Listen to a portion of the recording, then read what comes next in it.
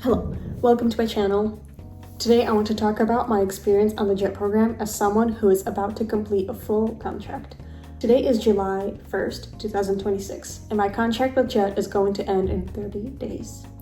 I spent 11 months in Kagoshima Prefecture in So City working as an AOT, and this video is my honest review of the program.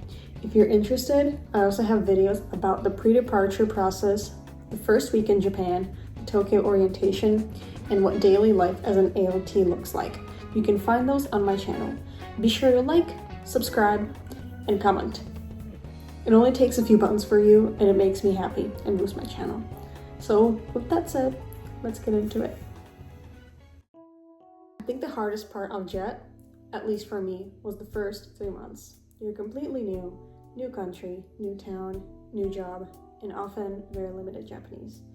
Everything feels unfamiliar, even basic daily life, especially if this is your first time living alone and paying bills.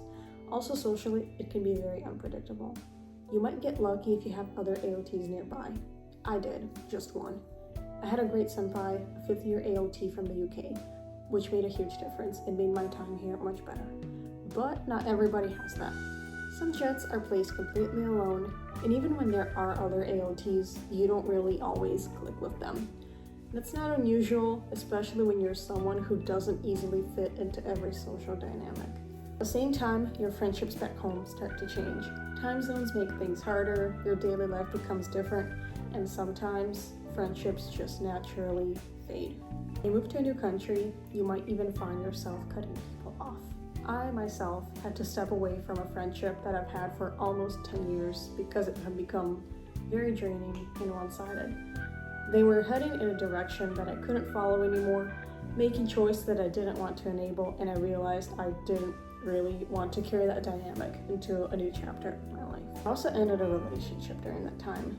It became clear that the effort was not mutual, he betrayed me during an important time in my life, and I wasn't being valued for the right reasons.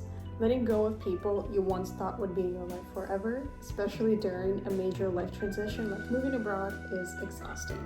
And it can feel extremely isolating. So if that happens to you on JET, you are not alone. But here's the good news. Sometimes letting go of old friendships makes room for new ones. It took time, but I was lucky enough to build something really meaningful. I met many new people here, people I never would have met if I hadn't come to Japan, and if I was still focusing on old toxic friendships. So if you find yourself growing apart from people back home, it doesn't mean that you'll be alone forever. Sometimes one chapter has to end before another one can begin. Work-wise, AOT life is extremely unpredictable. As people often say online, ESID. Some AOTs are overworked and are put into lots of responsibilities. Others are underworked and spend most of the day with very little to do. In my case, I was not overworked, but I've heard of JETs who are asked to do overtime or extra duties, even though that's not really the expectation. Yes, even when there are no classes or during school breaks or even during a typhoon, you still have to come to school. If you want to take time off, you have to take Nenkyu, aka paid time off.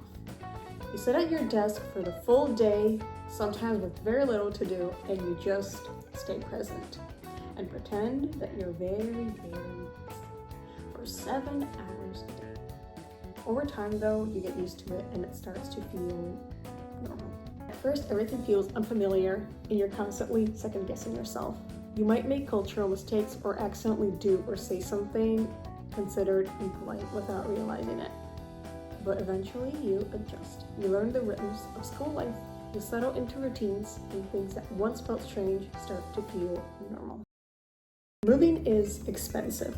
Even if JET provides support, moving internationally still costs a good amount of money. You need savings for key money, initial setup, daily essentials, and the first few weeks before everything stabilizes. Ideally, I would recommend coming with at least $2,000 as a financial cushion. In my case, I wasn't able to save. My parents helped me with around $1,000 and sent me another $1,200 when I needed to pay for the apartment. And honestly, for me personally, it wasn't enough. Homesickness is unpredictable. For some people, it hits immediately. Some Jets break contract early and go back home because they couldn't handle being away from friends, family, and the culture familiar to them. For others, it comes much later, and for some, it doesn't come at all. For me, it did not come at all. Even after 11 months, I still haven't experienced homesickness. I don't feel an urge to go back to the US. I don't miss my hometown because I don't really like the place I came from. What also helps is that I've already been to Japan 3 times before moving here. Sure, if it was my first time coming to Japan, I would have felt homesick even a little bit, but as of now, I don't feel that way, and I don't think I will anytime soon. Everyone's schedule is a little bit different, but here's what my typical workday looks like. My work starts at 8:15 a.m. and ends at 4 p.m. I live about 17 minutes by car from my school, so I usually wake up at 7 a.m. I leave the house at 7:50 and I arrive at school between 8:05 and 8:13 depending on traffic. And one important thing, don't be late. In Japan, punctuality is taken very seriously. If you're running late, you should always alert your school in advance. Occasional delays are understandable, no one's going to get mad at that. But if it happens often or nearly every day, you should adjust your schedule. When you arrive at school, change into your indoor shoes, clock in, and sit at your desk.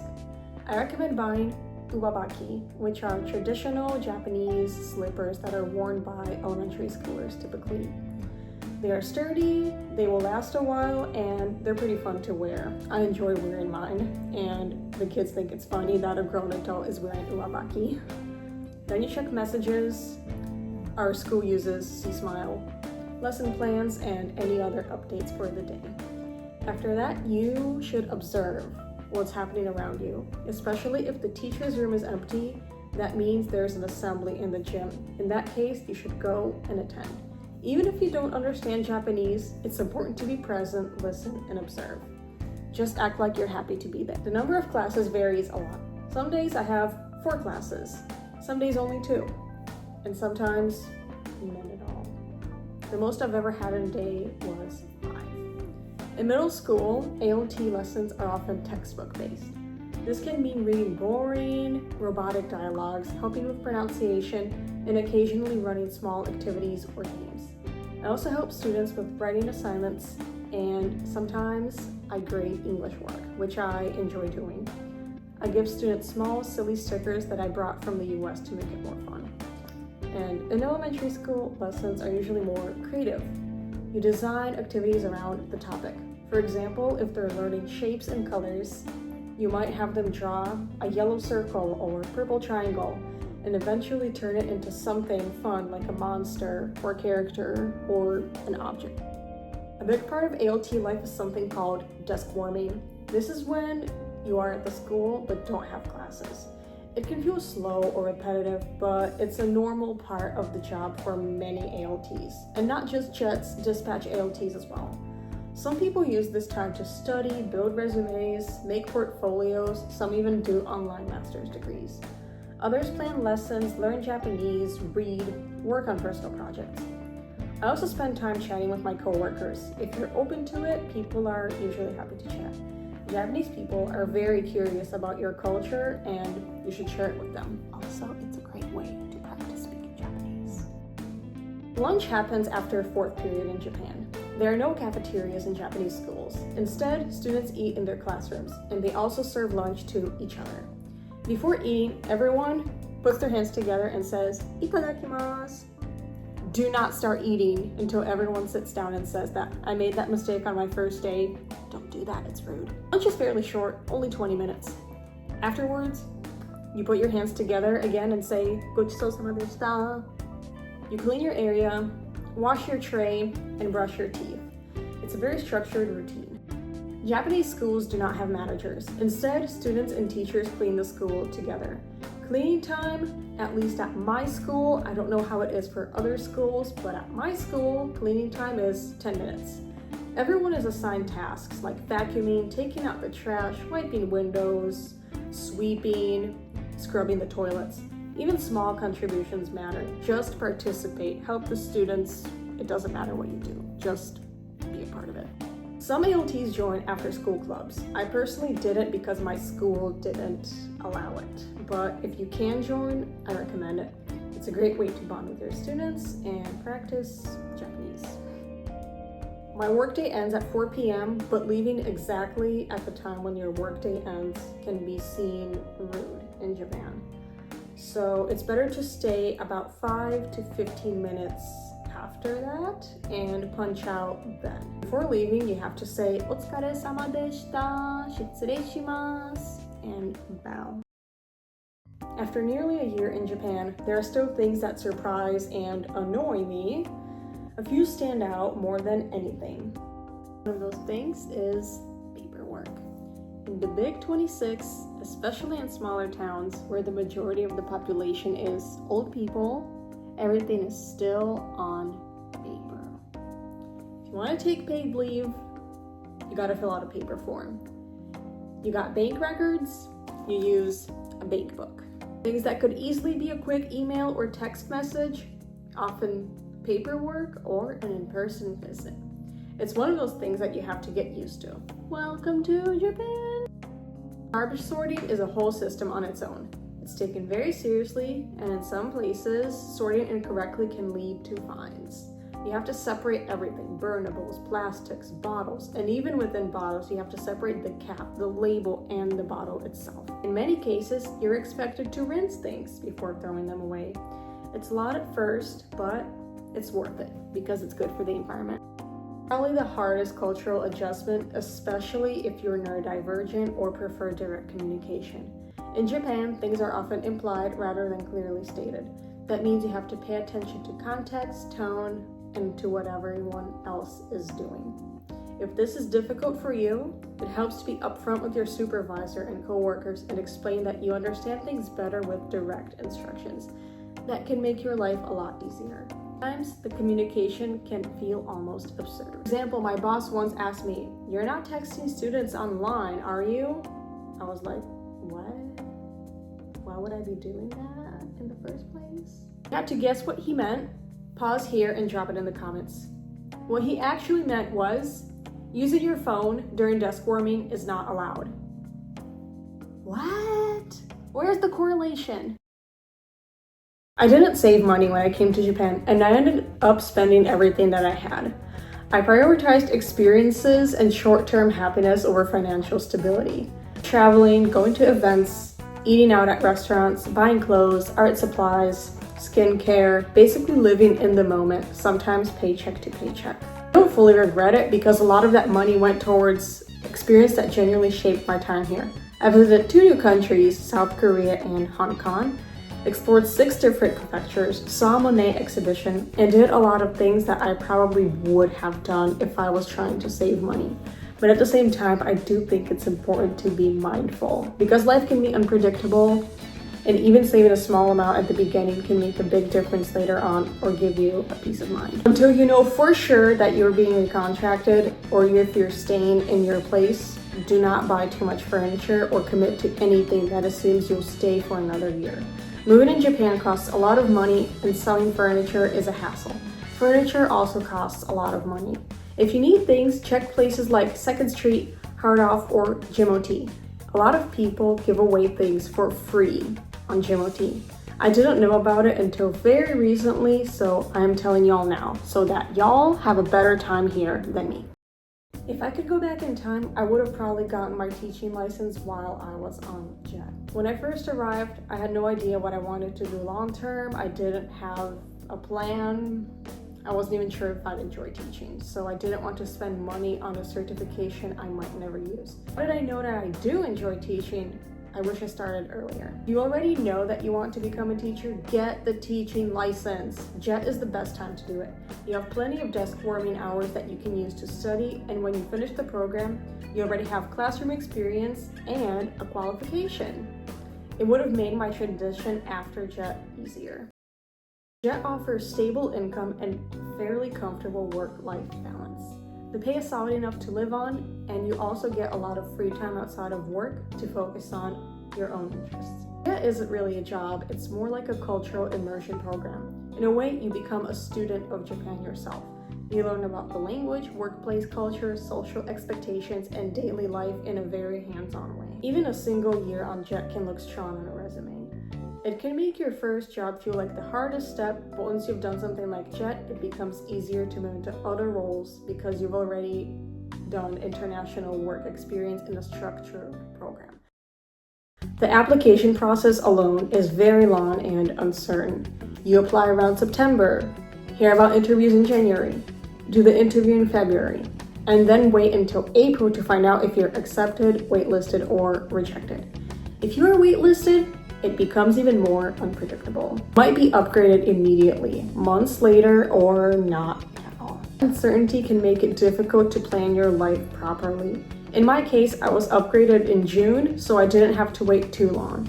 But the waiting period can be stressful. While there are small salary increases after the first year, the role itself doesn't change much. Most of the time, you're doing the same core responsibilities: teaching set lessons, following the textbook, doing repetitive lessons, and spending a significant time desk warming. Sometimes there's limited flexibility to introduce your own idea depending on your school and curriculum guidelines, even if you feel those activities would benefit students. It can feel a little bit static if you're looking for a professional progression within the role. Especially in smaller towns, there can be a strong sense of community awareness. My friend even told me that is Japanese village culture. People notice things and information goes around very quickly. That can sometimes feel like you're being observed more than you would be in a larger city, and privacy can be limited at times. Most JET participants don't choose where they're placed, and many are assigned to rural areas, way far from the prefectures that they chose. For people, that means living far from major cities with limited transportation and long travel times to reach larger hubs. I kind of understand why the system works that way, but I do think having even a small degree of choice, like even selecting the prefecture, would make the transition easier for many people. I personally wanted to live in central Honshu. I didn't really care what prefecture, but I wanted to be somewhere in central Honshu because I wanted access to larger cities, public transportation, Shinkansen, to be able to travel to wherever I wanted. But I was placed in southern Kyushu, a place where public transportation is really available.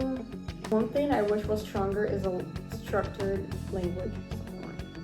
There are some online resources, but they often aren't enough on their own, and especially not enough for people with learning disabilities like me. Since daily life in Japan relies heavily on Japanese, that can be challenging for people starting from zero or with a limited language background.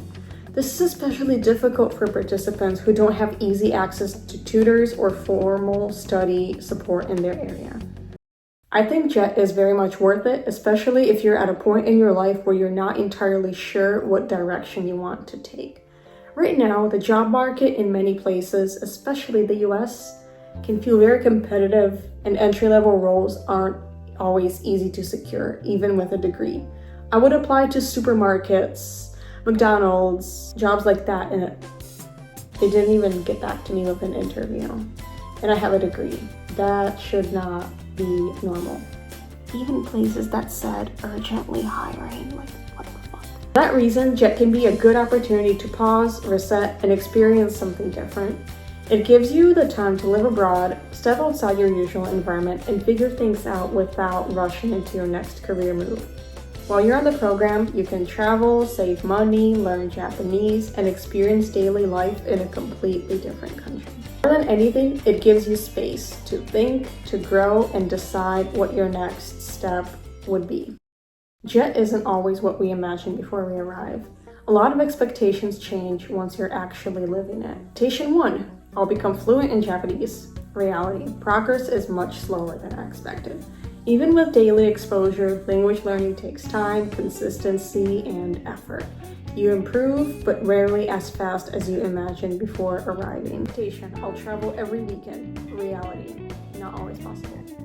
Some weekends you're tired, travel just isn't in the budget that month. Still travel, but it's more spaced out and intentional than constant weekend trips. trips. Expectation: I'll make tons of friends.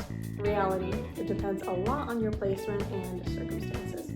Some AOTs are placed far from each other, and rural towns can have limited opportunities to meet people your age. And if there are other AOTs and locals, building friendships can take time, especially when language and distance are barriers. A lot of the times, other AOTs may not want to be friends, or they're just not the kind of people you want to be around anyway. Sometimes the social dynamic is a bit weird. People gossip, judge you for not knowing things, or just don't click with you.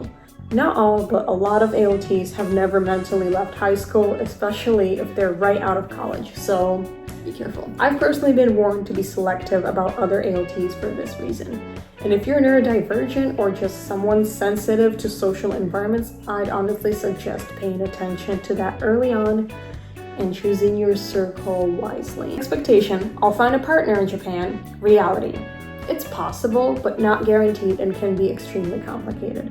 Dating in rural areas can be limited, and long-distance relationships require a lot of mutual effort and consistency to work. For many people, it's more of a maybe than an expectation that naturally happens. There's also a lot of gaijin hunters, people who seek out foreigners just to check off on their bucket list that they slept with a foreigner. I did not get recontracted. I feel strongly about doing a second year anyway because I wasn't happy with my placement. There's no growth here. I didn't like being here, and I just wanted to be somewhere more urban. My Japanese wasn't improving the way I wanted. I couldn't really pursue the hobbies I wanted to do. I felt isolated, and just this placement was not for me. I requested a renewal because I didn't have a backup plan, and I also really did not want to go back to the US, so I kind of assumed that, well, I'll do another year, save money, maybe get a teaching license, whatever. But in February, my BOE basically told me, lol, we've decided we're not gonna renew your contract. I was never given an official reason. They just kind of told me they weren't renewing my contract and left it at that. But recently, I found out that my BOE just removed the JET position altogether because the population is declining and the city is very poor. And also I'm being replaced by a direct hire AOT, which is much cheaper for the BOE. I was taken by surprise, but apparently not getting recontracted does happen quite often on JET, and it isn't always tied to performance or effort. I had no plan suddenly. My only two options were to either go back to the US or find another job in Japan. I chose the latter, and I had no idea how job hunting worked in Japan. I assumed it would be really difficult, and I was just scared that, well, I'll fail to find another job and I'll have to go back home in August. At the time, I didn't think I would find anything, especially knowing how difficult job hunting can be in the US. So if you don't get recontracted, Gaijin Pot is your best friend.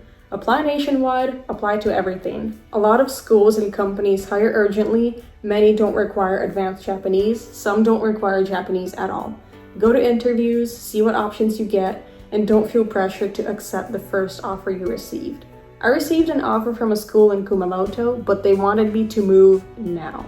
They wanted me to break contract, they wanted me to drop everything, they wanted me to move, like, urgently. Also, they wouldn't let me come meet them in person first. Even though I live only 2 hours away from Kumamoto, I could have met them in person first, but they were like, nah, break contract, move immediately.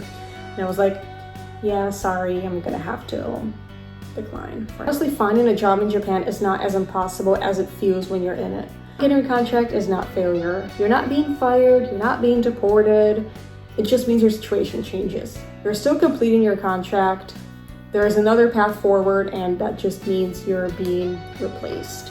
Basically, JET had its challenges, but it's also been one of the biggest learning experiences of my life. So far, this was the best time I've had in my life. I had a lot of freedom. I met many people. I was able to do things that I wanted to do. I was able to travel, explore, learn a lot about myself, Japan, Japanese culture, Japanese schools, and just what I want to do in the future. If you're thinking about applying, definitely apply.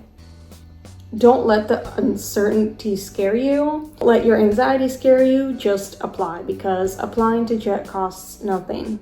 And if you get waitlisted, don't put your life on hold for it. Keep moving forward with your own plans. While JET is a great opportunity, it's not a career. You can be replaced, and there are other ways to come to Japan or live abroad. The most important thing is to come in with realistic expectations and stay open to whatever experience you end up having. And if your placement isn't ideal, it's still worth trying out. When I heard about my placement, I was very disappointed. I was not happy at all, but I accepted anyway because I wanted the job. This was a stepping stone, not something permanent. See how you feel, and if it's not for you, you can choose not to recontract and look for something else. You can always go back to your home country. You can move to another country, or just decide if teaching is not for you. You can find a job in a different field, even in Japan. Thank you for watching. Don't forget to like, subscribe, and leave comments. See you next time, and I hope you enjoy your time on JET. If you got accepted, to those who want to apply in September, go ahead.